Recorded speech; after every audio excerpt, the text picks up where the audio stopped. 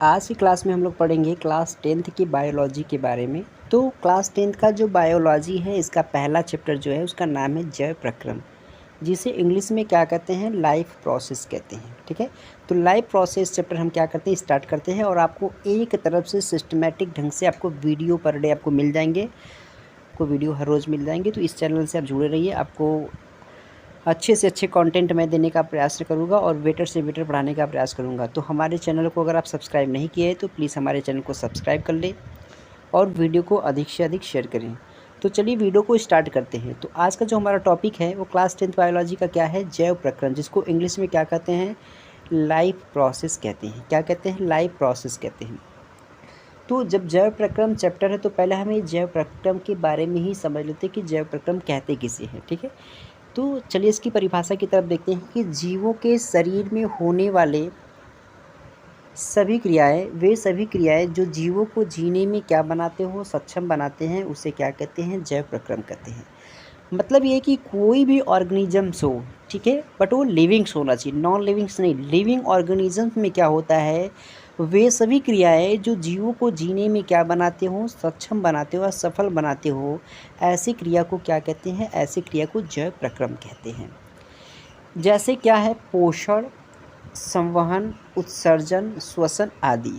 ये सब क्रिया जो है, ये सब जीवों के लिए क्या है, महत्वपूर्ण क्रिया है। पोषण के बिना कोई भी जीव जीवित नहीं रह सकता, संवहन के बिना भी नहीं सकता, उत्सर्जन के बिना भी नहीं रह सकता और श्वसन के बिना भी नहीं रह सकता। तो ये सब जीवों के लिए क्या है, महत्वपूर्ण क्रियाएं हैं। तो महत्वपूर्ण क्रिया को ही क्या कहते हैं, जैव प्रक्रम कहते हैं। ठीक है, अब ये तो बात रही जैव प्रक्रम किसे कहते हैं। अब हम बात करेंगे पोषण किसे कहते हैं। तो पोषण को इंग्लिश में कहा जाता है न्यूट्रिशन कहते हैं। क्या कहते हैं, न्यूट्रिशन। तो अब यहाँ पे देखना यह है कि न्यूट्रिशन किसे कहते हैं, यानी पोषण किसे कहते हैं। तो पोषण क्या है, तो जीवों के वृद्धि एवं विकास के लिए पोषक तत्वों को ग्रहण करना ही क्या कहलाता है, पोषण कहलाता है।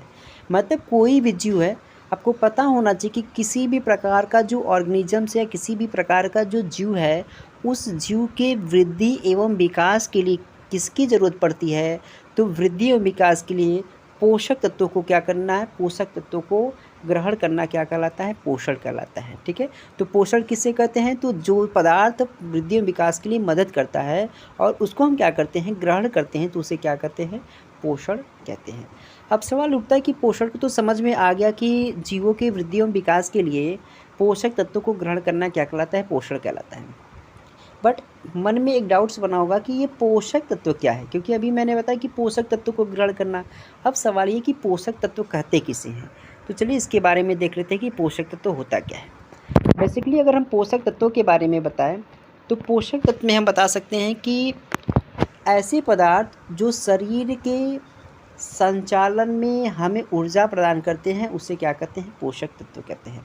मतलब ऐसा पदार्थ जो शरीर के संचालन में क्या करता हो, हमें ऊर्जा देने का काम करता है, उसे क्या कहते हैं, पोषक तत्व कहते हैं। ठीक है, पोषक तत्व क्या है, पता चल गया कि पोषक तत्व का मतलब होता है कि पोषक तत्वों को ग्रहण करना पोषण कहलाता है। तो सवाल ये उठा कि पोषक तत्व क्या है। तो बेसिकली पोषक तत्व कहते किसे हैं, तो ऐसे पदार्थ जो शरीर के संचालन में हमें ऊर्जा प्रदान करते हैं, उसे क्या कहते हैं, पोषक तत्व कहते हैं। अब बात कर लेते हैं कि जो पोषक तत्व हैं, पोषक तत्व कितने प्रकार के होते हैं। तो पोषक तत्व जो होते हैं, अगर ये देखें टाइप्स ऑफ न्यूट्रिएंट देखें तो यह 2 प्रकार के होते हैं। कितने प्रकार के होते हैं, 2 प्रकार के। एक होता है माइक्रो न्यूट्रिएंट होता है, दूसरा क्या होता है, मैक्रो होता है। तो यानी एक होता है सूक्ष्म पोषक तत्व, दूसरा क्या होता है, दीर्घ पोषक तत्व। तो ये क्या है, यह पोषक तत्व के प्रकार है। अभी हम पोषण पढ़े हैं, पोषण के प्रकार बाद में पढ़ेंगे, लेकिन इससे पहले हम पोषक तत्व के बारे में जान लेंगे। उसके बाद हम क्या करेंगे, उसके बाद हम लोग पढ़ेंगे पोषण के प्रकार। तो देखिए पोषक तत्व जो होते हैं वो 2 तरह का अभी मैंने बताया। पहला क्या है, सूक्ष्म पोषक तत्व, दूसरा क्या हो जाएगा, दीर्घ पोषक तत्व। अब चलिए सूक्ष्म पोषक तत्व किसे कहते हैं, इसके बारे में देख लेते हैं। तो सूक्ष्म पोषक तत्व क्या है, तो इसमें बताएंगे कि ऐसे पोषक तत्व जिनका हमारे शरीर में कम मात्रा में आवश्यकता होती है, उसे क्या कहते हैं, सूक्ष्म पोषक तत्व, या फिर उसको लघु पोषक तत्व कहते हैं। जैसे क्या है, खनिज, लवण, विटामिन, मतलब जिन पोषक तत्व को कोई भी जीव जिन पोषक तत्व को कम से कम मात्रा में लेता हो, यानी खाने में कम से कम मात्रा में यूज होता हो, प्रयोग होता है, ऐसे पोषक तत्व को हम क्या कहते हैं, सूक्ष्म पोषक तत्व कहते हैं।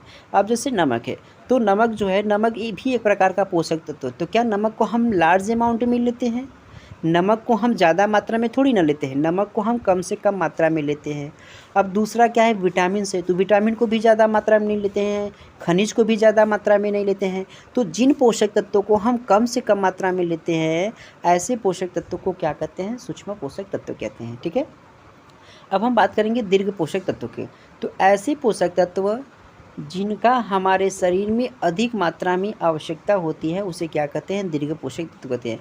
यानी जिन पोषक तत्वों को हमारे शरीर में ज़्यादा से ज़्यादा ज़रूरत पड़ती है, ऐसे पोषक तत्वों को क्या कहते हैं, दीर्घ पोषक तत्व कहते हैं। जैसे कार्बोहाइड्रेट, प्रोटीन, वसा, जल आदि। कार्बोहाइड्रेट मतलब जैसे चावल वगैरह खाते हैं, तो चावल क्या है, तो चावल हो गया, आलू हो गया, ये सब कार्बोहाइड्रेट, तो इसको हम क्या करते हैं, अत्यधिक मात्रा में लेते हैं। प्रोटीन जैसे दाल हो गया, अंडा हो गया, ये तमाम प्रकार के जो चीज़ को लेते हैं वो कहता है प्रोटीन। तो वसा भी हो जाता है ऐसे ही। और क्या होता है, जल, जल को भी ऐसे ही ले लेते हैं।